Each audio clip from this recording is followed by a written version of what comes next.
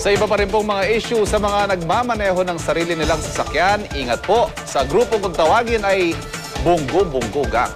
Sila raw po ang grupo na hindi lang babangga sa inyong sasakyan, nanakawan pa kayo. Alamin ang kanilang estilo sa report na ito.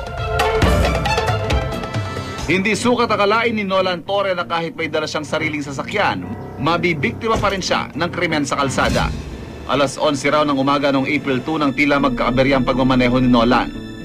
I heard something hit the front right side of the car. So, ginilid ko yung kotse sa may gutter. Nang bumaba siya para tignan ang gulong, laking gulat niya raw nang biglang may sumulpot na dalawang lalaking naka-helmet mula sa kanyang likuran.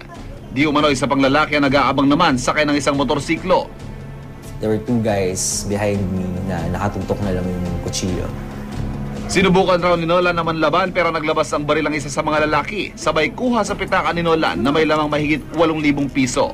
Pagkatapos umangkas raw ang dalawang suspect sa motorsiklo ng isa pang lalaki at agad na tumakas. Ayon kay Police Inspector Roberto Razon, bunggu-bunggu raw ang tawag sa modus operandi na ito.